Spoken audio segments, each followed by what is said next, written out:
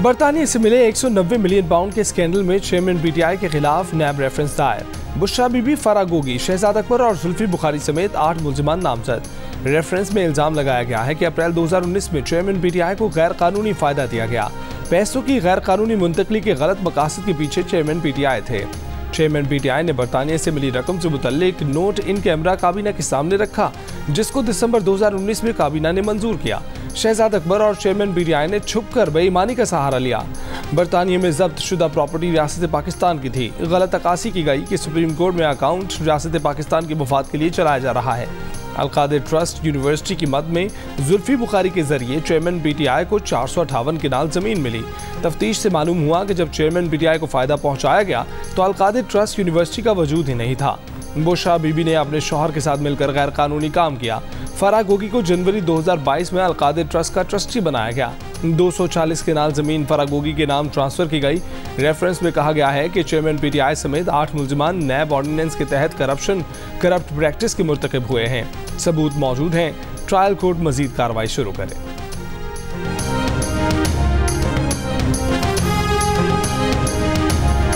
तकसीम, नफरत, अना की सियासत और आपस की लड़ाइयों से किसी को फुर्सत नहीं। अगर जमहूरी ताकतें नाकाम हुई तो कोई और ताकत जगह बना लेगी। पीपल्स पार्टी के चेयरमैन बिलावल भुट्टो जरदारी ने तमाम सियासी जमातों, वफाकी सूबाई हुकूमतों और इंसाफ के इदारों को खबरदार कर दिया। कोयटा में तकरीब से खिताब करते हुए कहा कि अवाम का हुकूमतों से एतमाद उठ रहा है। बलूचिस्तान हाई कोर्ट बार की तकरीब से खिताब में नाम लिए बगैर नवाज शरीफ पर तनकीद। बोले, बताया जा रहा है कि 3 बार वजीर आजम बनने वाला 4थी बार वजीर आजम बनेगा, मुल्क को मसाइल से निकालेगा।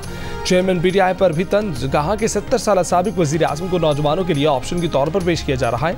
इस वक्त अगर कोई वफाकी सतह पर मैदान में है तो वो पीपल्स पार्टी है।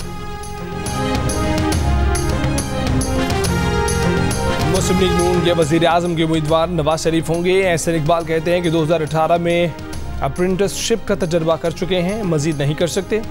खुद पर तनकीद करने वाले दानियाल अजीज को भी जवाब। बोले, महंगाई का दारोमदार एक्सचेंज रेट पर होता है। महंगाई का वजारत मनसूबाबंदी से कोई ताल्लुक नहीं था। दानियाल अजीज का कोई ज़ाती एजेंडा होगा। जिन लोगों को दानियाल अजीज नारोवाल का टिकट दिलवाना चाहते हैं वो वफादारियाँ तब्दील कर चुके हैं। हम किसी लोटे को पार्टी का टिकट देकर धब्बा नहीं लगवाना चाहते।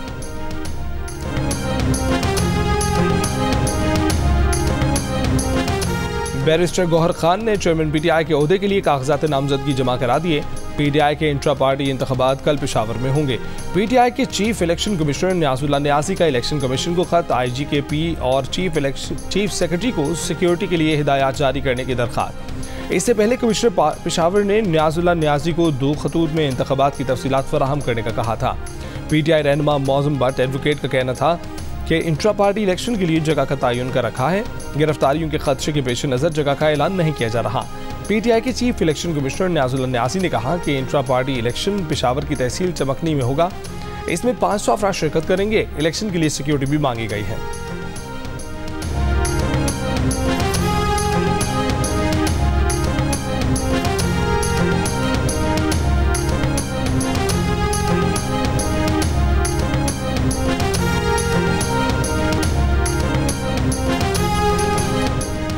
सेनेटर तलहा महमूद की अमेरिका में कैद। डॉक्टर आफिया सिद्दीकी से 2 घंटे मुलाकात। तलहा महमूद ने कहा कि जितनी देर मुलाकात रही मुझे ज़हनी तौर पर आफिया सिद्दीकी प्रेशर में नजर आई। आफिया सिद्दीकी ने कहा कि एक ही पैगाम है, मुझे जल्द यहाँ से आज़ाद किया जाए। बोले, आफिया सिद्दीकी की रिहाई के लिए हुकूमत को किरदार अदा करना चाहिए। नवंबर में महंगाई में 2.7% इजाफा। शरह 29.2% हो गई। इदारा शुमारियात ने आदाद शुमार जारी कर दिए। टमाटर 7.4%, आलू 15%, चाय की पत्ती 13% महंगी हो गई। प्याज 12.3% महंगी। एक महीने में ड्राई फ्रूट 7.9%, मछली 7.7%, अंडे 7.1% महंगे हुए। सब्जियां 4.5% महंगी हुई। गैस की कीमतों में 281% का इजाफा हुआ।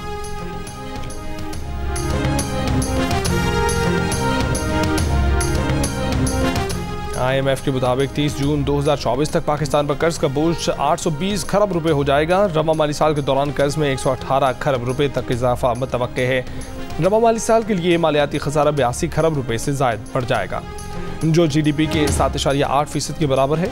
IMF पाकिस्तान की कम कर्ज अदायगी की कोशिशों पर तैयार न हुआ। मुल्की और बैरूनी कर्जों पर अदायगी 86.27 खरब रुपए रहने का तखमीना है। अगले माली साल के लिए कर्ज अदायगी मजीद बढ़कर 96 खरब तक जा सकती है। और इटली में यूरोप के सबसे बुलंद और फाल आतिशफिशा माउंट एटना से बहते लावे ने आसमान रोशन कर दिया।